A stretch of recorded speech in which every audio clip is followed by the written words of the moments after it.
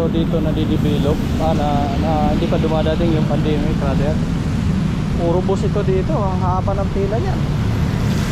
Ang gandahan lang noon kahit matraffic, mabilis sumakay kasi marami yung pagpipilian mga pasahero. Kaso lang minsan paggawa rush hour talaga, minsan talaga nauubusan pa rin eh. Pero at least marami kang pagpipilian ng sasakyan. Kaso nga lang mauusok talaga kasi siyempre sa laki pa naman ng bus eh.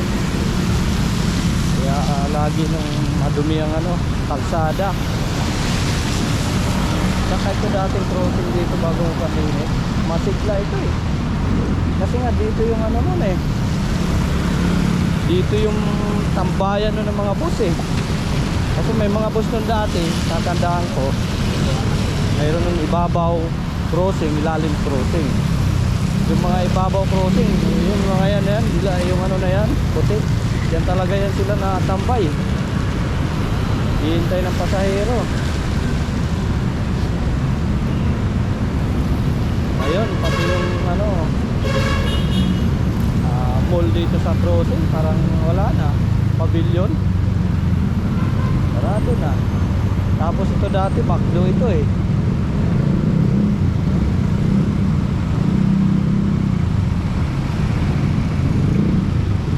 Yan, McDo yan dati dyan.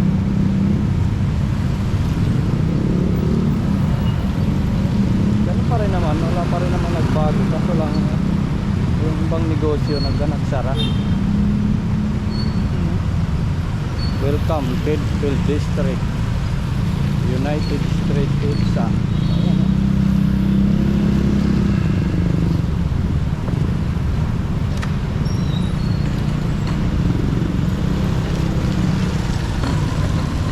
United District, diretso mo yan hanggang Pioneer din yan.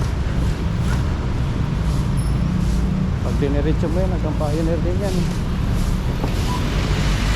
Hindi lang talaga dito guys naalis sa pavilion yung Mercury Drug.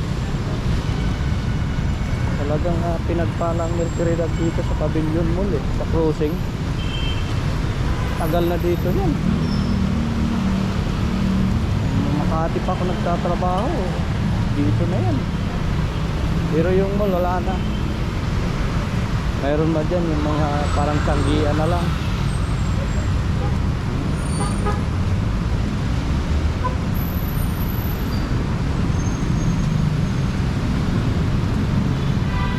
Masigla ito dati eh.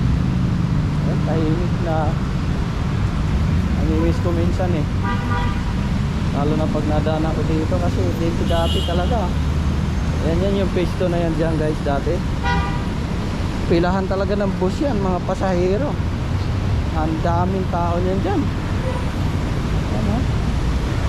Ayun, wala ka na makikita isang tao. May makikita ka naman tao yung galing doon sa kabila, tatawid lang ng overpass.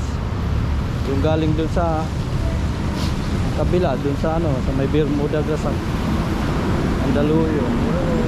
Kung mag-aantay, wala. Yan yung bus na yan eh. Naman yan eh, government eh. Pula yan eh. Pula pit number, ibig sabihin government may hari na. Dati sigla niya dyan o mga tindahan yan. Ngayon wala na, sarado na.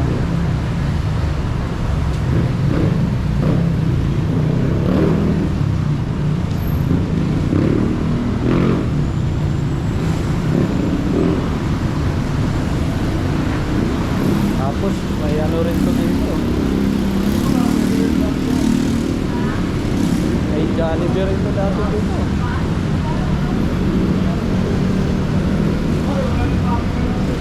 Ilang beses ko dinala dito yung mag-iin ako dito sa loob ng pavilion.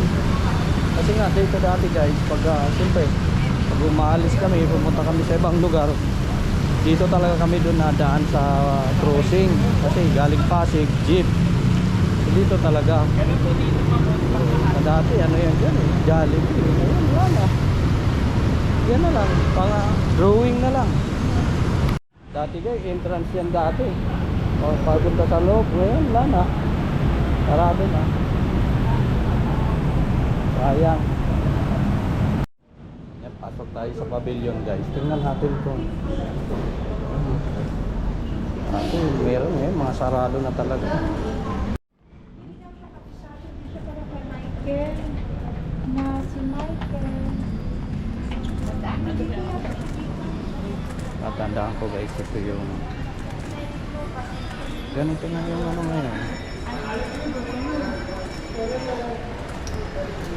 Ganito na yung loob ng pavilion mall. Ayunasan pa rin naman. Kaso ang laki talaga ang nawala. Ganyan na lang siya. Parang nagtiyanggi na lang. Ayan o. Sana. Dati may second floor pa yan. Ngayon wala na.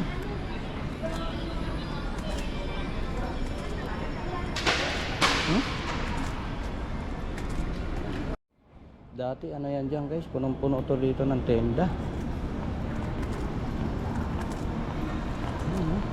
Ngayon matagal na tong ganito guys.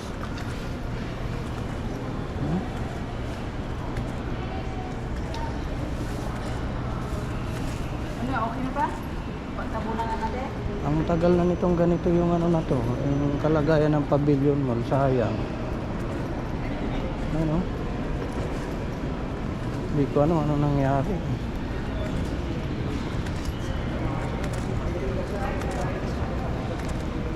Siguro mga 2015, 16, 17, 18. Matao tong lugar na to. Ayun o, makikita nyo naman o.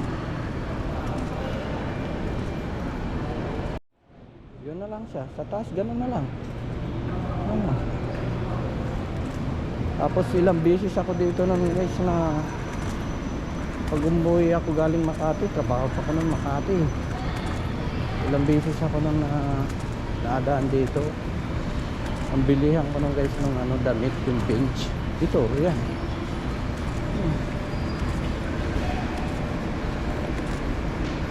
Ito yung ano guys dati.